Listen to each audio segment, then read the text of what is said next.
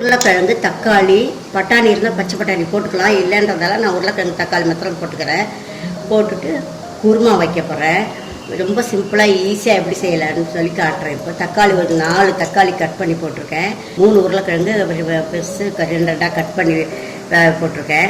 1 spoon குழம்பு மிளகாத்தூளும் 1 spoon உப்பும் போட்டு இதை வேக வச்சு இறக்கி வச்சுருக்கேன். இப்போ இதை தோலை எடுத்துட்டு மசிக்கக்கூடாது, சும்மா 1-2 உதுத்து விட்டுக்கணும். நான் காட்டுறேன் அது எப்படின்ட்டு. ஒரு 6-7 பச்சை மிளகாயை அவங்கவுங்க காரத்துக்கு, எங்கள் காரத்துக்கு நான் 7 போட்டிருக்கேன். உங்கள் காரத்துக்கு கம்மி வேணாலும் நீங்கள் கம்மி பண்ணி போட்டுங்க. பச்சை மிளகாய் பச்சையாக போடக்கூடாது, எண்ணெய் வதக்கி போடணும்.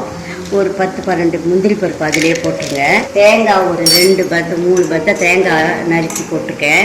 இதுலேயே கசகசா 1 ஸ்பூன் போட்டுடுறேன். 1 ஸ்பூன் அளவுக்கு உடச்சிக்கணும். சோம்பு சீரகம் 1/2 ஸ்பூன் இதிலே போட்டுருங்க. அரைச்சி போட்டிங்கன்னா ஸ்மெல் இருக்கும். அதுக்காக இதெல்லாம் போட்டு இதை நைஸாக அரைச்சி வச்சுக்கோங்க.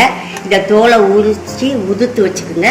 அடுப்பில் தாளிச்சிட வேண்டியது. 5 நிமிஷம் தான் ஆகும். தாளித்து கொதிக்கிற நேரம் தான். பாருங்க, அடுப்பு பற்ற வச்சு சின்ன கடாயை அடுப்பில் வச்சுருக்கேன். தாளிப்பு மாத்திரம் தான் அதில் போட போகிறோம். நான் சின்ன கடாயை வச்சுருக்கேன். கொஞ்சம் எண்ணெய் ஊற்றிட்டேன். சோம்பு சீரகம், உருளைக்கிழங்கு தக்காளி பட்டாணி குருமா. பட் நான் இன்னைக்கு பட்டாணி இல்லைன்னு போடலை. உறிஞ்சிட்ருக்கு. இதில் பிரிஞ்சி இலை 3, பட்டை 3, லவங்கம் 5. இது பாருங்கள், இஞ்சி பூண்டு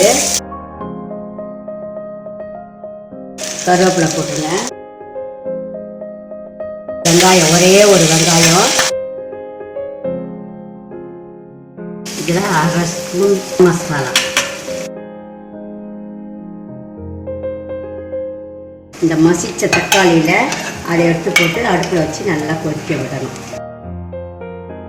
தாளிச்சதே இந்த தக்காளி வேக வச்ச தக்காளி மிளகாத்தூள் உப்பு இருக்குதுல குக்கரில், அதோடய அந்த வேக வச்சது தாளிச்சது எல்லாம் ஒன்றா சேர்த்து கொதிக்க விட்டுட்டுருக்கோம். இது கொதிக்கிட்டோம். அதுக்குள்ளே நம்ம உருளைக்கிழங்கு தோலை உரித்து லேசாக மசிச்சுட்டு வந்துடலாம். தக்காளியோ அந்த மசாலா நம்ம தாளித்து கொட்டின மசாலாவோட கொதிச்சிட்ருக்கு. இதில் பாருங்க, ஒரு மேஜர் கரண்டி தயிர் போட்டுருங்க. இது நல்லா தயிரை நல்லா கலக்கிட்டு இந்த மாதிரி உதுத்த உருளைக்கிழங்க போட்டுருங்க. இந்த உருளைக்கிழங்கு மசிச்சது போட்டு தக்காளி தயிர் போட்டு நல்லா கொதிக்க விட்டுருங்க.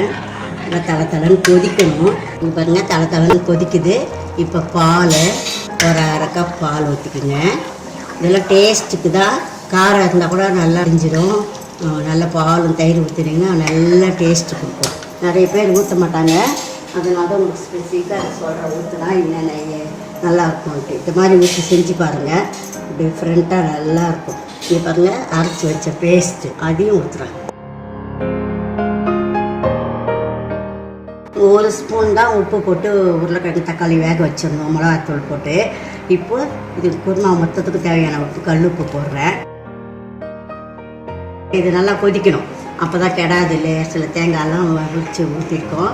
நல்லா தலைன்னு கொதிக்கட்டும். நல்லா கொதிக்குது, தலைன்னு கொதிக்குது. இப்போ கொத்தமல்லியை மேலே தூவிட்டு ஸ்டவ்வை ஆஃப் பண்ணிவிடுங்க. சரியாக போச்சு, அவ்வளோதான். இந்த இட்லிக்கும் இந்த குருமாவுக்கும் சூப்பராக இருக்கும். இது தண்ணியாக தான் இருக்கணும், திக்காக இருக்காது.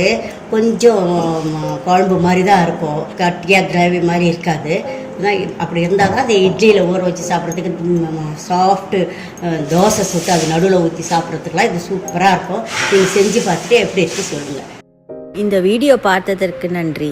இந்த ரெசிபி உங்களுக்கு பிடிச்சிருந்தால் லைக் பண்ணுங்கள், ஷேர் பண்ணுங்கள். என்னுடைய சேனலுக்கு சப்ஸ்கிரைப் பண்ணுங்கள்.